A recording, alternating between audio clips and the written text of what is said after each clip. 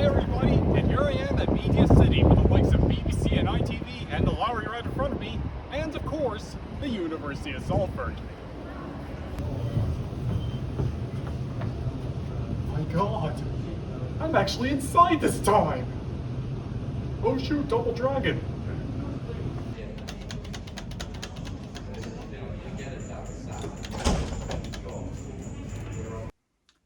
Wait a minute, I already have like 2 ways of playing this game.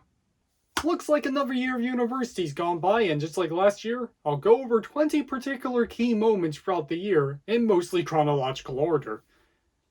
With that said, let's get into things. You may remember a good while ago that I had a learning journey about solid drawing and how I improved my own drawing skills.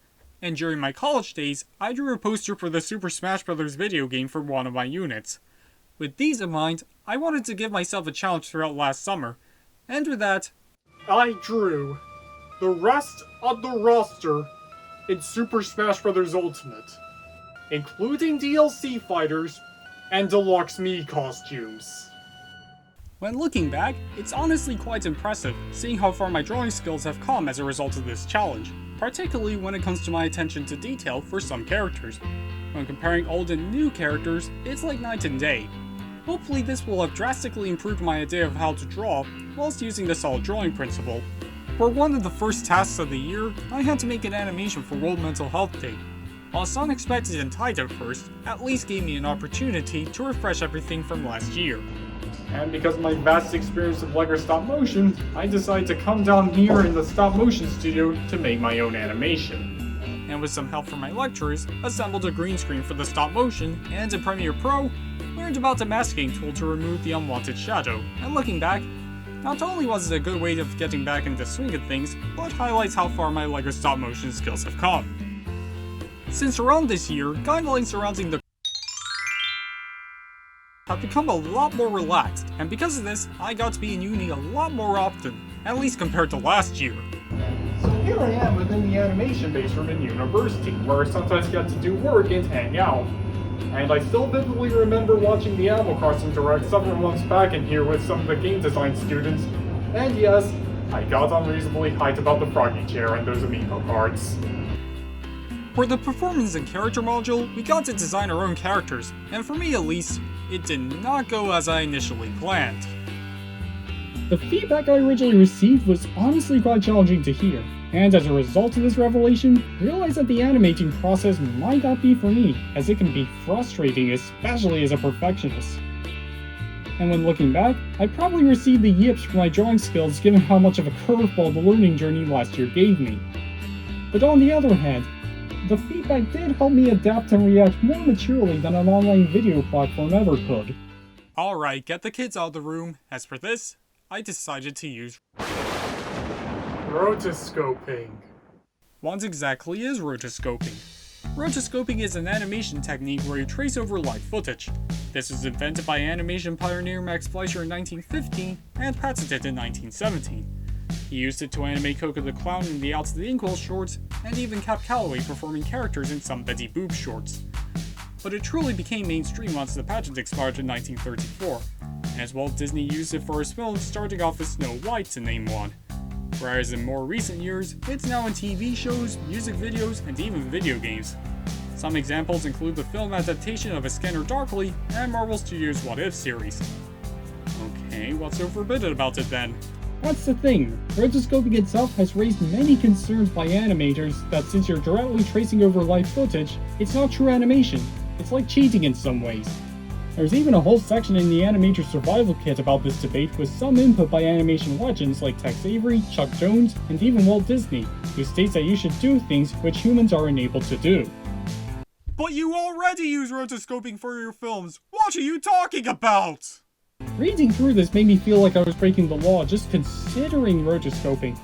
But if animators found it that controversial, they would have abandoned the technique almost immediately.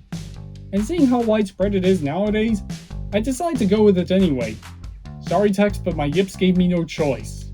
So I then went on to produce a selection of rotoscoped animations of myself getting into all kinds of hijinks. At first, I had myself practice the performances, and then head into Toon Boom Harmony to animate it. To make sure I was not copying everything 100%, I even added some exaggeration to my character at times to give it my own unique style. When looking back, this gratefully benefited me in the long run, as it resulted in much better looking animations and helped me learn more about solid drawing. Now I really wish I had time to cover all of these, but throughout the year, I've seen so many great animations that push the boundaries of the medium and were just great to watch in general.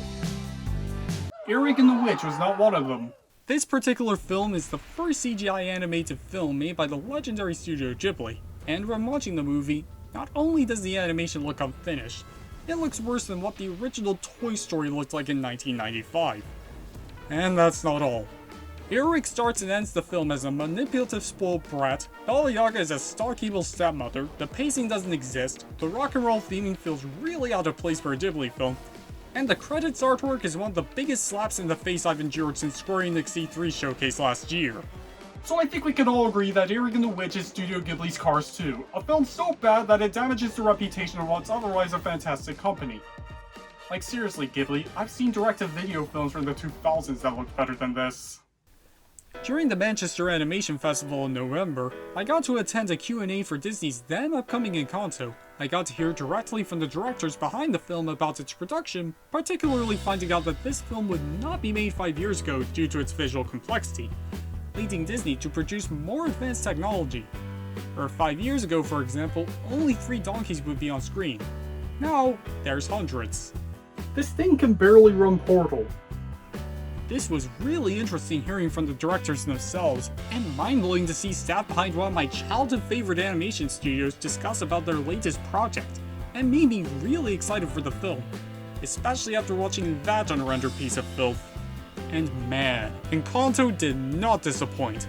This is one of the most colorful films I've seen in a while. It's got great characters, brilliant songs, a well-told story, and jaw-dropping animation.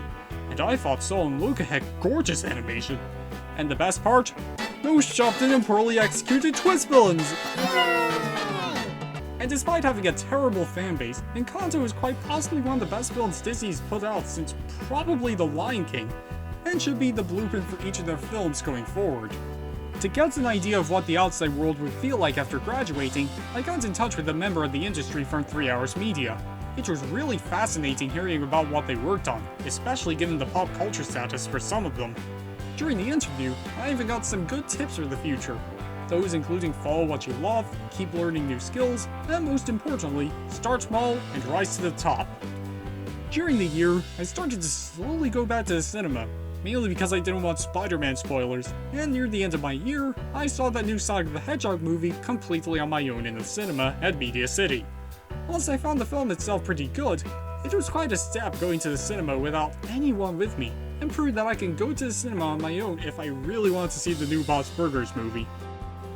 I know I'm a bit late with this, but Cuphead is a breathtaking game. Whilst the game is a well-made run and gun, the animation easily steals the show, feeling like I just unearthed a long-lost cartoon from the 30s. The characters are vividly expressive and have a lot of personality. It lures you in for more beautiful hand-drawn animation.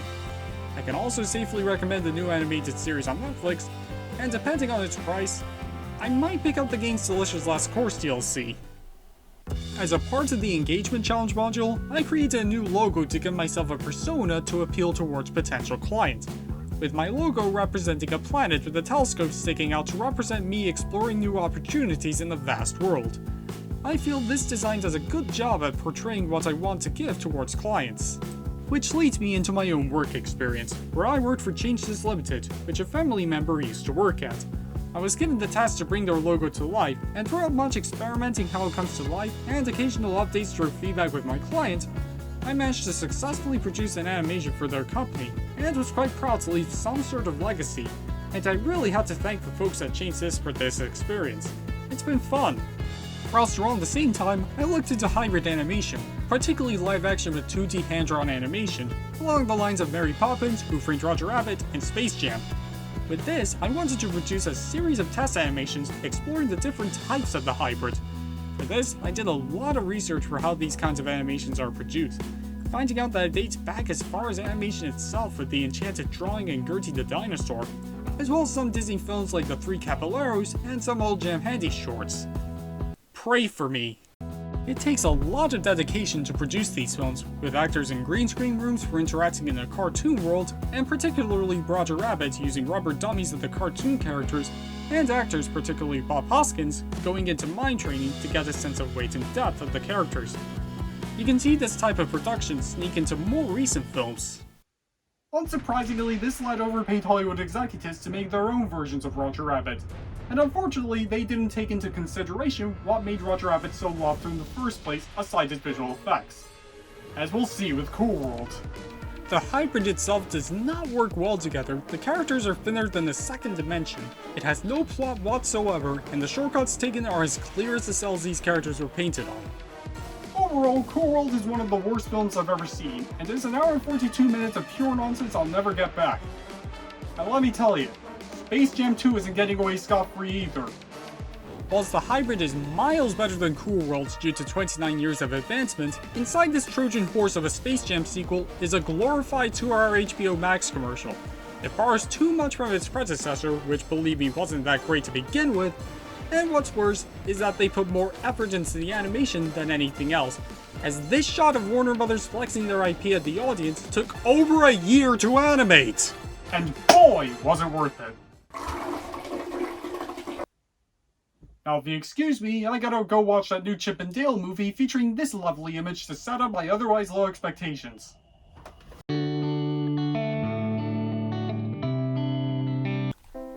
And when actually producing my own hybrid animation, I produced 3 different kinds of it. One with a character in a live-action scenery, an actor within an animated environment, and an actor interacting with an animated character.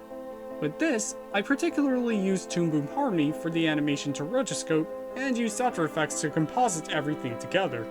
During this, I got a far greater grasp of the capabilities of After Effects than I ever did before, and hopefully as a result, look at it further in the future. But throughout my whole year, I always made sure I was on the right lines with work, and whenever I received feedback from my lecturers, I always made sure to implement it whenever I can, and as a result, greatly benefited the end product, and though it can be annoying at times, I still prevailed and made stronger products as a result. That's the thing. My skills, and even myself as a person, had developed so much throughout my time in university, let alone this year, my past self would be unrecognizable. But so far, of all the things I've learned about making animations, the most important factor is that whatever the method, the pictures that got the biggest response in the theaters were always the ones that achieved audience involvement by telling definite stories through rich personalities. Thanks for watching.